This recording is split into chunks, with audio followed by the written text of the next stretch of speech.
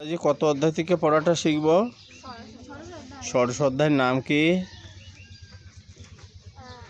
দৈবাসুর সম্পদ। এখান থেকে আমরা কত নম্বর শ্লোকটা শিখব? শব্দগুলো জেনে নিই। অসত্যম অপ্রতিষ্ঠম তে জগতাহুর অনিশ্বরম অপরস্পর সমভূতম কিম কিম অন্নাৎ কাম হইতুকম।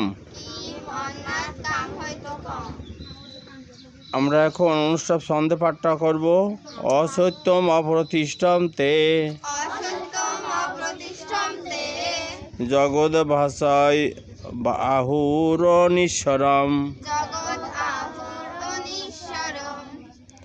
অপরস্পর সমভূতম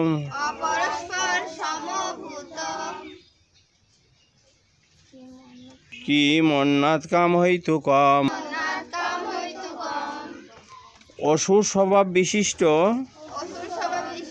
ব্যক্তিরা বলে এই জগৎ মিথ্যা, অবলম্বনহীন এবং অবিনশ্বর।